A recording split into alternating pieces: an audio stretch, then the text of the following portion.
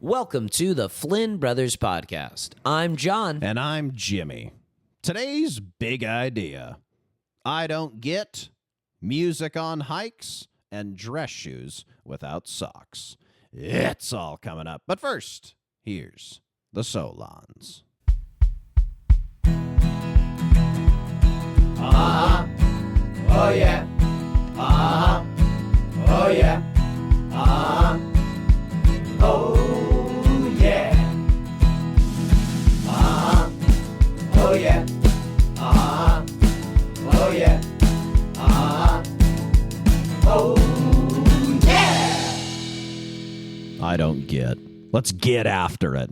No BS up top. We're just getting right into it. What do you say, buddy? Let's do it. I got 4. How many you got? 3. All right. I start, I end. Go for it. I know I said we just get right into it, but here we are taking care of some housekeeping. Yeah, bantering slightly. Yeah. Well, we want to ease the audience into the podcast, but no more. I'm going to get right into it. I don't get naming your child Kirsten, or Kristen. Oh. I always it up. I always get it wrong. We have a friend named Kirsten. Yeah. I've known a girl named Kirsten, and I just always screw it up. I think about celebrities, right? Kirsten Wiig, Kristen Wiig, Kirsten Wiig, Kirsten Dunst, Kirsten Dunst, Kristen Stewart, Kirsten Stewart. I don't know. I just don't know. They're too close. It's not like Alec and Alex. I can differentiate those. But Kristen, they're just I can't get it. I cannot get it. Look, here's the other thing. They're all beautiful names. I like all the names. I think they're all really strong. It sounds like a strong, confident woman, that name. Like if you give that name, you're going to have a strong, confident daughter. But I just can't get it. Like when I was in college, there was this girl I was friends with and her name was Kirsten. But I kept saying Kirsten. And she would just, every time, she'd be like, it's Kirsten. And I'd be like, I'm sorry. And, there's so much research about, how people's self-worth, it's really wrapped up in their name, right? And the microaggression of getting someone's name wrong, it can damage their self-esteem and make them challenge their self-worth. And, your name is so central to your identity. You begin to question yourself and your identity. Do I even like this name? Do I want to change my name? And so I just think if you're naming your kid Kristen, you're just kind of setting them up for a lifetime of having to correct people. And nobody wants to have to correct people on pronunciation, right? Makes everyone feel bad, correcting someone on their name. It makes you feel bad for missaying it. I'm sure it makes them feel bad, yeah. It's people hate their language being corrected, right? Like we say, when someone corrects your grammar, you call them a grammar Nazi. That is what we equate someone who corrects your grammar to, right? And so correcting any words, names, stuff like that, I don't know, man. Again, I love these names. We got a friend named Kirsten. I don't mean to sling any arrows, but it is something where I just don't get it. I think for me, it would just be hard to if I was having a kid give that name, because I do think there will just be it's almost like a blessing in that it's a good name, but it's also a curse, and I feel like you'd have to be correcting a lot of the time. You saying this is making it's like, is it Kirsten Bell? Is it Kristen Bell? I have you've no now idea. Thrown dude. me off. I think if I had to gun to my head, Kristen Wiig, Kirsten Dunst, Kristen Stewart. What is Wiig? What is Wiig? Is it Kirsten Wiig? Kirsten Wiig. K-I-R? It's not Kirsten. Kristen Kirsten Wiig. Wiig. K-I-R? R-I. It's Kristen Wiig. Kristen Wiig. You just said, what'd you just say? I thought it was Kirsten Wiig. I mean, exactly. That's what these are famous people. Like Wiig, I'm just going to go last names. Wiig, Stewart, Dunst, Bell. These are mega stars. Right. Actors I all love. Is there a version of the name that you like the best? I like Kirsten. I like Kirsten too. So our pal's named Kirsten. I like Kirsten. That's nice and clean. It's very pleasant and cheerful sounding. Kirsten and Kristen, it just doesn't have that same kind of Gaelic language. Yeah, this sort of rhythm. Yeah. It's Kirsten. It just doesn't have that musicality to Yeah. it. So Kirsten is my favorite. Mhm. Kristen, I guess I'll put number 2, and then Kirsten. I that one is just a little. That's hard. It's too middle groundy. Yeah. So yeah. Anyway, this has been, by the way, one of my favorites. I don't gets I've ever done. This has been one of my absolute favorites. All timer. I don't really have a rebuttal. All I would say is we should choose one, and that's the only way that you say it. I say let's go with Kirsten. I think that every everyone's KRIS. Even if you're Kristen. You're all Kirsten Yeah. from now on. They Kirsten Wig, Kirsten Dunst, Kirsten Bell. sounds Stewart. good. Yeah, they Sounds all good sound to me. They all sound good. Yeah, I think they all need to get together and hash it out. Give the Kristens and the Kirstens some sort of recompense for Yeah. their name being changed. Nothing ladies love more than men telling them how their name should be pronounced. Yeah. That is a good one. Yeah. I have How nothing. about that I have one, nothing buddy? to say. You're screwing me up. I never thought about it in my entire life, and now I am completely out to sea as to what those women's names are. And you also do not get it. I get it. I mean, I understand how it happened. These are No. different I'm saying countries my together. I don't get was naming your kid this. It is such a good name, though. Kirsten's Yes, a it is. great It is a name. good name. But Great again, but you do agree you were setting it up for confusion. The I kid don't up know. For confusion. I think down the line where we are now, I can see that. 30 years ago, I don't know. I don't know that this isn't something that's ever occurred to me. Yeah. That I wouldn't get naming my kids. Well, It's the a good name, it's common, these names. So you're gonna be like, you could be in school and have a couple kids, and you have a Kirsten and a Kirsten, Right. or a Kristen and a Kirsten, and and a Kristen and a Kirsten and a Kirsten. And it's just like, or you're in a workplace and it's like, there's Kirsten from HR, there's Kristen from HR, there's Kirsten from accounting, there's Kirsten V from sales. Like, they're very popular names, right? yeah. I don't know, buddy. I don't know. I'm on to something. I don't here. know that I would do it now. I can see naming it in the past. I do think you are onto something, though. And, God bless all three of those types of names for people who've had There might be even one I'm not even thinking of. Email us, please, if I forgot one. There might be even a fourth or fifth one that's similar that I haven't even dug up here. Right. Yeah. Good one. Well done. Not Thanks, sure I got buddy. anything else Truly, to say one of there. my favorites. Yeah, I think that's an all-timer. What the podcast type of episode was designed for. Okay, I'm up. I don't get, and I've been watching a lot of NBA playoffs. I don't get the "ref you suck" chant. I don't like it. It is idiot mob behavior. It makes me feel dumb. I feel sheepish when I'm in a crowd of bloodthirsty fans chanting this. In addition to it not having, I understand suck, that really Great word. that is a lot of catharsis, that word.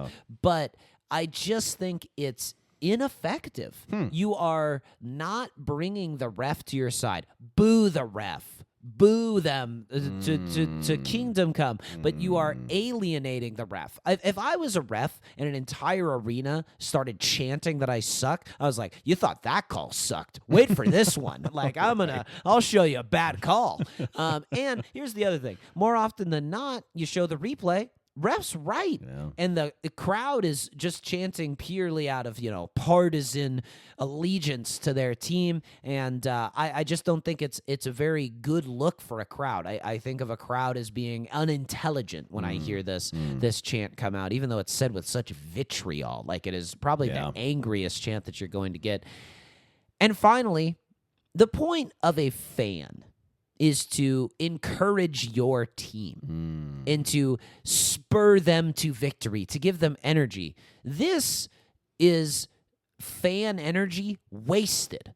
It is not going to fire up your team. It is going to keep them focused on a bad call, even if it was not a bad call. It's taking their mind off the game. This is energy that you could spend cheering for your team and exhorting them to greater and greater heights. And instead, you're wasting it in this crude and boorish chant towards a referee that is only going to alienate them.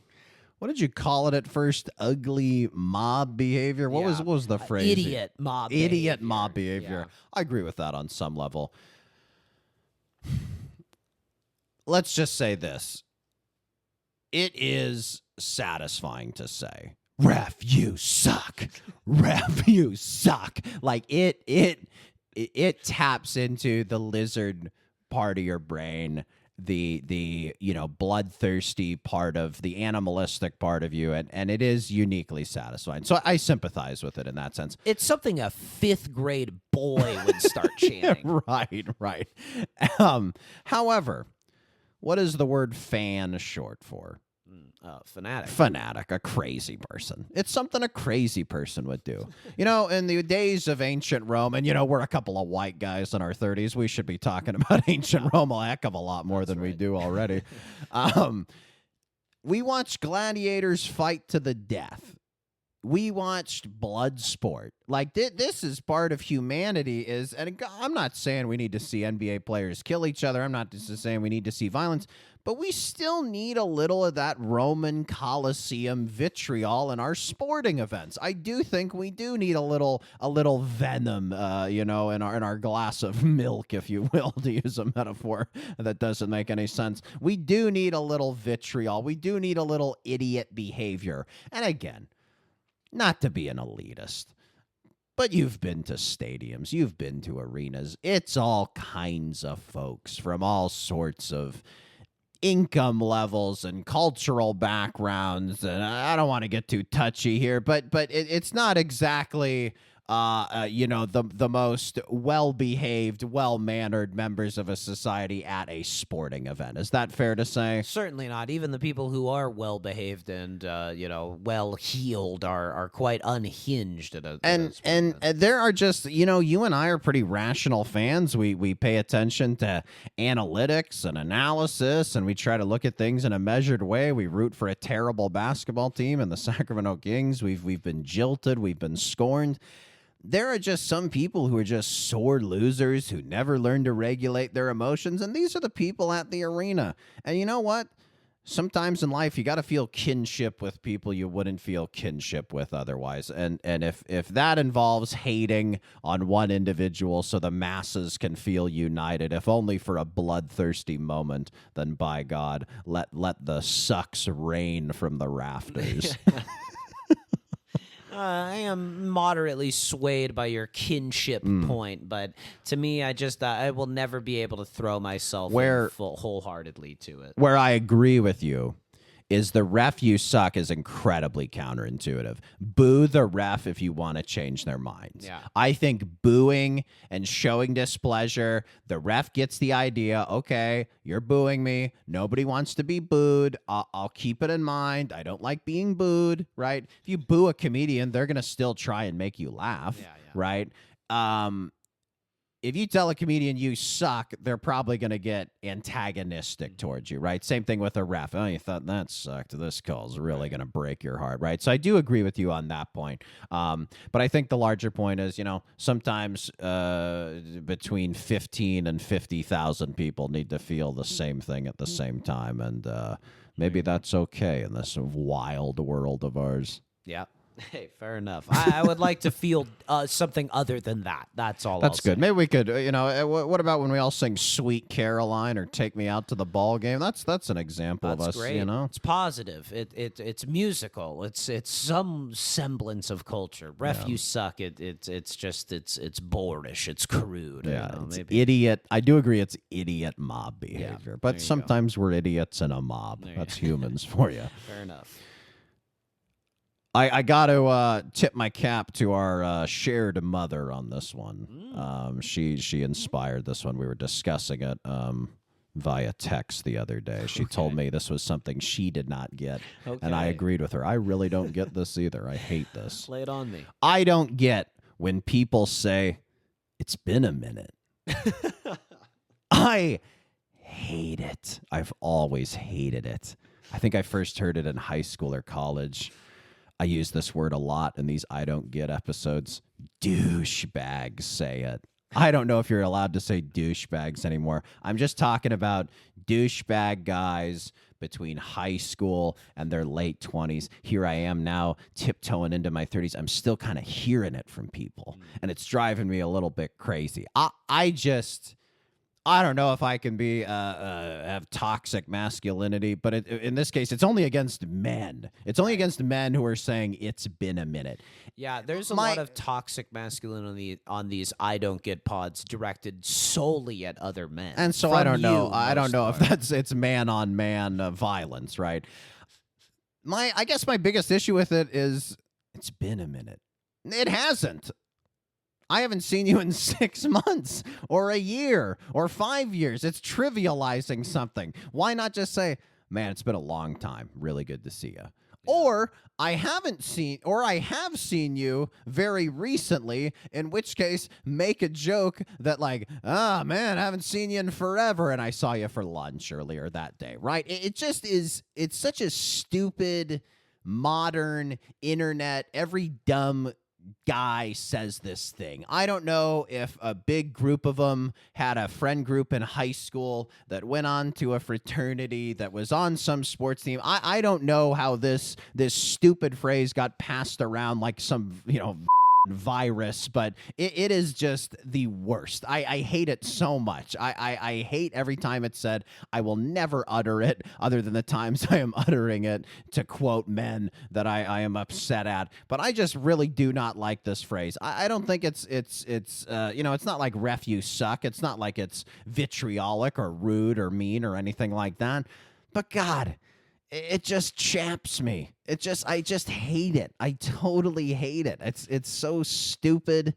It's unoriginal. I don't think it's a cool idiom. I don't get it. Yeah. It's imprecise language. It's been a minute. Yeah. That's how it's always said, too. Yeah. Hey, bro, it's been a minute. Yeah. There's a little bit of a rhyme to it, perhaps. Yeah, I don't really get it either. It's not something that I say typically. I think any other alternative Typically, you've never said this, have you? Never. No. It's maybe when I was completely out of character and pretending, I was trying to maybe, ingratiate myself to these types of men that you talk about. I'm not quite as toxic as you are. That's true. I'm pretty toxic. Sometimes you got to feel kinship with your fellow man. That's true. Even if they're idiots in a mob. Yeah. I'm betraying my previous argument, aren't I? Curious. You're cutting yourself off. Curious. So I agree with you though that it feels manufactured, kind of like. Where did you hear this? I don't know that you've said this your entire life, and any phrase that feels like someone just started saying it within the last few years or months, I'm always suspect of. So in one of these previous episodes, I think I targeted "Let's go." Oh, I liked "Let's go." It's the same wheelhouse of douchebag. It's just these same choice douchebag phrases. Now, "Let's go" is like there's some genuineness to that, but it's always used in these trivial situations. Like you're at Chipotle and it's like, we're running out of guac. I'm just gonna give you a little free scoop. You don't have to pay extra. Let's go. Okay, fair enough. You're kind of inflecting it with a tone and putting it in situations. This is where the it only doesn't time belong. I've experienced it is in these situations. When have you experienced it? And I think when we talked about it previously, the "Let's go." Now listen, we're not supposed to even be focusing on "Let's go." We're supposed to be focusing on. It's been a minute. It's been. How is it said when you hear it? Douchebags say it. How is it said to you? Let's go. Like no. It's in sports. Oh, no. We're not doing "Let's go." We're doing "Let's go" is fine in sports. We've already hashed this out. It's been a minute. How does it sound when it is said to you? Oh yeah, it sounds. It's been a minute. It's cavalier. It's weak. It's sleepy. It's imprecise.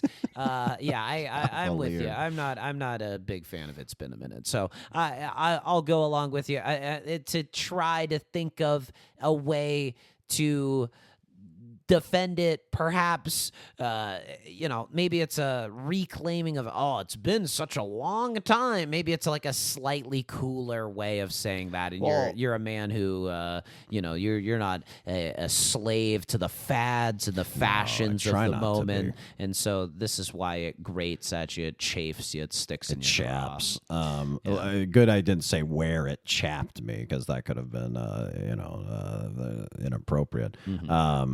Christ, I forgot what I was even just going to say there. I got so heated. I must have popped a blood vessel. Regardless, why don't we take a quick break? I'll cool down, and we'll talk about some more things we don't get. Sounds good.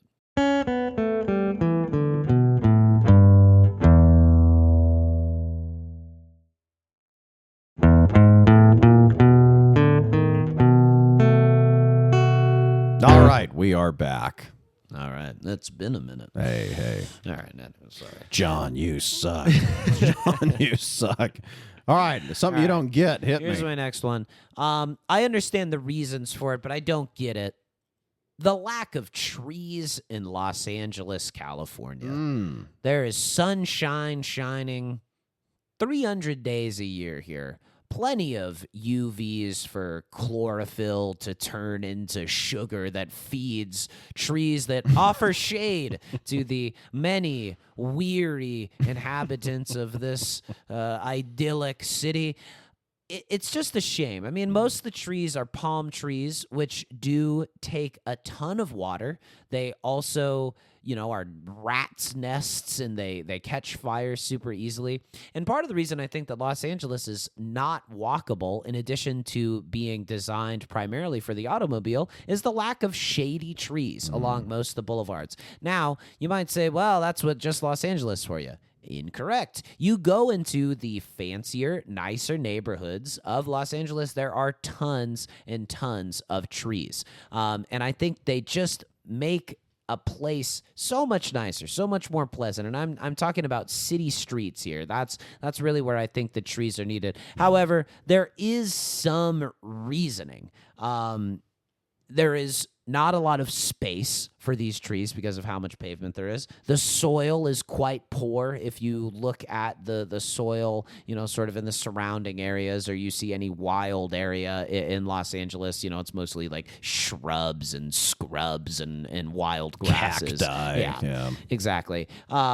And then finally, there's certainly a lot of pollution and poor water. So, a real cocktail for trees not existing. But at the same time, they're really, and there are efforts that are putting towards this, but I just think there should have been more of a deliberate effort for there to be trees in Los Angeles, because it's already such an artificial place to make a city. Why not have some trees? Why not plant some trees? Get some fertilizer, get some rich, silt-laden soil, and Yeah, it's a shame we don't have a time machine where we can improve the silt. Go back in time, But I do agree with you. We have a coworker who lives in the southwestern part of Los Angeles, where there's a lot of cement, not quite toward the coast. But we'll come to our neighborhood in Los Feliz, and there's a lot of trees in our neighborhood, which is nice. We don't exactly struggle for shade in our neighborhood. But they'll come to the neighborhood and be like, I always get really bad allergies just because I'm not used to being around trees. And that's crazy. Yeah. Not as crazy that you are just surrounded by so much cement that when you get within a sniff's distance of a tree, you start getting allergies. But yeah, man, the west side in particular, until you get to the beach and trees, you kind of crave the sun and don't worry too much about trees. It's pretty brutal. Like there's some parts of the west side where you'll be driving through and you're just like, man, it is just concrete and cement and occasional palm trees and just absolutely no shade. Obviously, as you move downtown and further south, just no trees. We'll go up and hike like Griffith Park or like drive on Mulholland. You'll look out over the city, and as you get closer to like Griffith Park, you see like a high density of trees moving into the park and stuff. And you look on the other side into the valley, and there's no trees. And then you look further downtown and beyond it and west, there's no trees. And it really is just staggering. You mentioned all the pavement. Yeah, it's just like I feel like there's areas too where they will try to plant trees, and either, like you say, the water quality is poor, or the silt. I'm not exactly a soilologist, but whatever you call it, dirt doctor. but yeah, dude, it's just like I do feel like efforts are made. Like it's clearly something like people talk about and complain about. But yeah, it really is something that hinders my enjoyment of the city at times. And if you're here like on vacation or living here, you gotta just have a bottle of sunscreen with you constantly if you're of the pale variety such as us. Yeah, well, we're Sacramento boys, one of the city of trees in the world, and we visited recently in the springtime, and it can be quite brutal with the amount of pollen and stuff like that. It's almost like a snowstorm or something. But I do think just the trade-offs are infinitely worth it. And it's one of I'd say the lack of trees and the difficult navigability of the city and the necessity of a car are the only drawbacks of Los Angeles. If it was able to be shady and public transportation everywhere, then it wouldn't be the city that it is. But, no, it wouldn't. It wouldn't at all. And you can never have too many good things in one place. Otherwise, you get complacent. Right? Pros and cons. Yeah, pros and cons. That's an interesting point. Very kind of localized. I'm hopeful our global audience will be able to relate to this. I don't get. Well, there you go. I mean, it's an idea in general. Very good. I got another toxically masculine one for you. You're really giving it to the fellas this week. Get ready, fellas. I don't get grown men plugging their ears when a fire truck goes by. This is one of your hobby horses. Nothing makes you look like a bigger... I'll take that again. Nothing makes you look like a bigger wuss. And look, fellas, I get it. Fire trucks are wowed. Oh, come on. Oh, no, I'm doing baby voice. I'm doing baby voice for these baby guys who plug their ears. I get it. Fire trucks are loud. But you know what?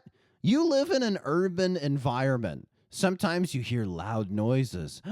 Sometimes you smell piss and shit on the ground. Sometimes you eat a dirty street hot dog. You live in an urban environment. You're going to have these different sensory experiences. Just to me, like, I could not imagine being a woman on a first date with a man, and it's going well. He's handsome, good job, 6 figures, making you laugh, charming, perfect amount of stubble. He wore a nice shirt that he tucked in. And a fire truck goes by, and you look up at him, and he's just like, he plugs his ears. You're not going home with this guy. You're not going to let him one day father your children, are you? Mm-hmm. I mean, it is when I will be with a group of guys and it happens. I get it. Sometimes it can be really loud. Sometimes it can be louder than it normally is. And it's always normally loud. But when I see it, man, it's just like, there's just a part of me that's just like, hey, you got to just kind of, grit the teeth. Like if I don't know. Again, gals, I'm toxically masculine. I don't care if a woman plugs their ears when a fire truck goes by. But when I see a grown man do it, something in me wants to just, like a lion, pounce them, rip their throat out of their neck with my teeth and just, lift their body over my head. There's just something primal. What is that? What is that about? I don't know. That seems like a you issue. That's maybe, something I got to work out myself, you're saying. That's a question for a licensed professional. I am not is on board with this. I think you are more upset, not necessarily at the plugging of the ears, but of the cringing and the faces that are made at the loud noise. I'm pretty bothered by the plugging of the ears as well. So you're saying that if a fire truck is coming by and I am standing with my right ear to the street and I continue talking as normal, I don't change my face at all, but I just put my finger over my eardrum to prevent the piercingly loud noise from hurting my ear. Now we're talking about a spectrum of of this behavior. On the okay, acceptable side of the spectrum, Right. no cringing, one ear covered. One ear covered. But start moving over. No cringing, two ears covered. That's me looking at my fiance like, hey, man, we sure? And then if you're cringing two in, that is where it's like, I mean, if you were like think about my scenario for 1 minute. Right. You're a woman, charming man. I'm- Put yourself. listen, I'm you in the couldn't be with shoes. this man. You couldn't take him home. You wouldn't let him father your children, would you? I would certainly wonder about him in a crisis. That would certainly. be what the folks call an ick, wouldn't it? I mean, that would. It just, and I get it too. Like there's people on the, speaking of spectrums, there's people on the autism spectrum who they have to wear they have to cover their ears when there's a really, really loud noise. I totally understand that. I'm sympathetic to that. I'm talking about people who do not qualify under that, who are just, I mean, come on. Doesn't it awaken something in you? Doesn't it fill you with just a dash of rage when you see that, or not at all? No rage, a little bit of Wow. comedy, a little bit of a, this is no, I am a superior man, perhaps, to him. Look at my ability to tolerate loud noises. This is kind of a manosphere. Yeah, this is section getting here manosphere-ish, isn't it? of the pod. Yeah, This would kill on the Manosphere podcast. yeah. Oh my god, if they had me on and I did the fire truck plug. Yeah. They probably don't even. This is untapped. This is an untapped well. I've never heard any of them talk about this. Yeah, not that I'm listening to it all the time, or ever. They'd be taking man cards left and right for that. Yeah, man. I don't know. I don't know. This is one that maybe I got to look inward, but I don't see myself buckling on this one. No. I don't necessarily think that you have to. People have their icks. Can I do baby voice at the man after he does it? I think that's pretty rude. Fire twucks are wowed. He's like, I actually just had surgery on my ears. yeah, I had a ruptured eardrum the other from thing, skydiving. the other. That's what a real man does. He skydives. I had this thing recently with my phone. Has been doing this thing where I play music in the car with Bluetooth, and I'll get these warnings where it's like you're listening to your phone too loud, and it's like your headphone volume has exceeded its limit, and it's like, okay, I'm not listening through my headphones. I'm listening through my car. It's a different level of volume in the car versus the headphones. So maybe it's like the grammar Nazi thing, right? I don't want my behavior corrected. Maybe that's it. And I look down upon it and others. I don't know. It's maybe, like you said, I got to seek help. Yeah, from a licensed professional. Yeah, God forbid you try to prevent yourself from tinnitus, an incurable condition. Yeah, fair enough. Fair enough. There you go. Okay, I'm up. This is kind of a gym one. Is this a gym one? one? I'm surprised you haven't got to this. I feel like this is a piece with your overalls rants. Okay. I am kind of a fashion police. Yeah. I think I'm gonna feel like you're gonna be right there with me. It's gonna be hard for you to defend this one. I don't get the look. No socks, dress shoes. Oh yeah. What's going on Get here? into it. Get What into is it. happening here? What are we doing? It's gross. It's sweaty. It looks uncomfortable. It looks like Blister City. I just don't also think it's a good look, period. I mean, I think when you're supposed to be dressing up, part of the idea is just, it's all one sleek, clean, put together outfit. You're supposed to, I read it somewhere that a man should choose his clothes with care, put them on with intention, and then seem like he isn't thinking about them at all the rest of the day. And with the barefoot in a leather shoe, no breathability, no nothing. It seems like you would have to be thinking about that all the time, and the choice to do it, to me, just it blows my mind. What are you trying to communicate? That you were rushed? That you're not a sock guy? That you're sort of casual? I don't get it. And besides, what are you trying to show off? What's wrong with showing a little bit of sock? A nice sock, a nice dress sock is a nice thing. What do you want to show, your hairless ankles? that all men have, that we all have these hairless ankles and like lower calves. I don't want to see that. So that's me. I'd say, maybe if you're on a boat, I can understand it. There's the sea spray or whatever. The Sperry's, right? Yeah, the Sperry's. right? That I'm not so opposed to. But if you're not on a boat and you are barefoot in leather closed-toed shoes, I don't get it. I'm green with envy. This is a good one, buddy. Yeah, thank you. My biggest defense of it would be it's really fun and like satisfyingly lazy to just slip bare feet into shoes. Like sandals especially. Occasionally like tennis shoes if you're just running out for a quick errand, stuff like that.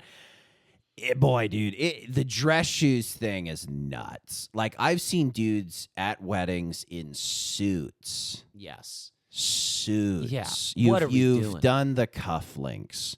You've done. This is a Maniscalco bit. You got the dress shirt. You got the matching pants. You did your hair. Like, if I may, where are your socks? Did you lose them in the luggage? Dude, it is unbelievable.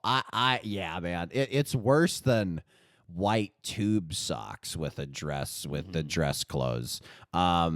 Yeah, man. In college, I knew so many guys who were shoeless Sperry guys. This was you remember this, Will? Were you one of them? Yeah, you were. Will's a little hot under the collar. He's with a those, lot under this. This might be kind of. These don't apply to Will Slade. Yeah, no, I think this he's is an East grandfathered Coast thing, perhaps. Sperry's is that's yes. This Yes. dress shoes thing I've noticed kind of more in the last 5 years. You're totally right with the leather shoes, man. Your piggies are gonna get hot in there. Yeah. Um, Like I understand the Sperry's because they're designed for it. It's there's holes in them, Yes, right? yes, there's yes, holes yes. in them and stuff. So they're They're boat shoes. They look okay. It's a look, right? It's a look. I made the boat exception. We made We made the boat exception. Not everyone's a boat captain or whatever. But yeah, dude, I made the boat exception. The dress shoes is nuts, dude. I really don't get the little like shortcut. It's like the tortoise and the hare. You ran the whole race. Don't fall asleep right before the finish line. It just is crazy to me. So I get the laziness and wanting to just slip your feet into shoes and be on with your day, but like, yeah, dude, it Blister City, not breathable, stinky, not attractive. Like, yeah, the list goes on. It's a litany. So yeah, buddy, I'm color me green with envy. That was a beautiful one. I got one more for you. Please. Excuse me. This one's sorry, take it again. I don't get blasting music on hikes. I go out in nature from time to time. Lots of hikes in Griffith Park. Pretty much every time I go, someone will walk past me. And I hear them before I see them. They're playing some music out of an iPhone speaker or a Bluetooth speaker. Sometimes they'll come from behind me and startle me with the rising din of their music. And it's difficult because I'm on my hike, I'm on my jog, I'm on my whatever, enjoying the splendors of nature. I'm looking around, I'm hearing birds chirping, I'm seeing gophers run past me, I'm hearing the wind pass through the leaves, and I just hear like, and it just rips me out of my reverie. I'm okay if you're hiking with headphones, no issue. I'm frankly okay if you're listening to a podcast on low volume on a little iPhone speaker. But playing music, projecting it as you're out in nature, to me, it's just like a sin. It just, I don't like it. it just is inconsiderate. Yeah. It's kind of humankind dominance over nature in a form I don't really like. I just find it so rude, so selfish, so like ill-considered in terms of thinking of other people and what other people you're sharing this environment with. I'll even go a step further. Whoa. I don't love when people play music at the beach. No. I don't like it there either. You're getting into somebody's space. What you don't like is It's noise pollution. Yeah. Keep it low. Keep it a tasteful type of music. It's never music you want to hear. It's dubstep or it's just random music you would never listen to. And it's either grating or just not your type of music. They're never ever going to play whatever music you enjoy. And like at the beach where everyone's kind of like crammed together more or less, at most you're like 10 feet from other people.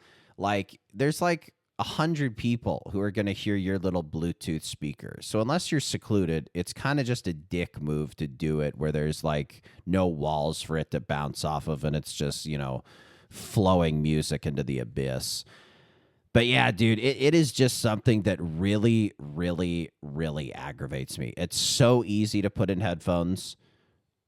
And I think really what it speaks to is just most of us, understandably, have a little, maybe not fear, but lack of comfortability with silence. I think that's pretty normal. I come home, I usually flip on the TV or put on a podcast. I'm usually not just like dead quiet walking around my apartment. Like most people like a little background noise. I think that's totally normal. But to take it so far that you're interfering with other people, I think is just really inconsiderate and chaps my you-know-what. Yeah, I think I do agree with this. It's something that I don't enjoy either. Part of it, too, is because I go to the beach, I go on my walks, I go on hikes to get away from the constant din of noise. Yes, I agree with you that often I am bombarded by music, by words, by just general Stimulus, noise, things that are competing for my attention. And occasionally I'm trying to get out and get away from these sorts of things. And it's like, oh no, it's followed me. The noise, I can't get away. So yeah, I think that part of it is you're trying to have a good time. You're kind of trying to have a little bit of a party. It's young people who maybe don't really know better. It's typically not older people doing this, playing the music. And so, yeah, I don't get it either. I don't love it. How would you feel about it if you were at a park and people were playing this music? I think just honestly anywhere, it's not really something that I like. I think it's an encroachment into another person's personal space using sound. City park, it's hard to get away from sound. So I don't mind if you're in a city park. If a family's doing a cookout or a birthday party or whatever, and you got like a little speaker, that doesn't bother me as much. I feel like going on a hike in the beach, there's such an investment of time and effort and energy to get away. Whereas with a city park, it's like, I just stopped by after work, or I just walked from my house. Like it's not like a big commitment, right? But if I'm going on a hike, like I've prepared for the hike, I've taken time out of my day, I've carved it out, I've planned it, I've put on my hiking shoes. Same thing with the beach. I've packed up the car, packed up the sunscreen, wore my bathing suit. Like I've made these big investments, and then you're just kind of ruining it because you want to listen to your shitty music in the same place that I am. And it just fills me with rage that I have to take out on my loved ones because I can't swallow it, and then I have to, get mad at men for plugging their ears while they hear fire trucks go by. There you go. Well, buddy, I think that's about all the time we have. I'm going to bill you for this hour for the therapy. For the professional help. I didn't know you exactly. were a licensed professional. Oh, well, it's in the works, and I think that, you're pursuing a license. All right. It's like these are like training hours then. And I hope that we've kind of helped you maybe process some of these unresolved issues, and we'll meet again next week, and we'll keep diving into this. And I'd have to say it has been a while since I've processed and reckoned with my emotions. In fact, to be more specific, it's been a minute. And with that, please subscribe, comment, or leave a rating. Send questions, comments, or big idea suggestions to our business email, flynnbrospod@gmail.com. Thank you to our producer, Will Slade. And we'll see you next time on the Flynn Brothers Podcast. Take care, buddy. No, buddy, you take care.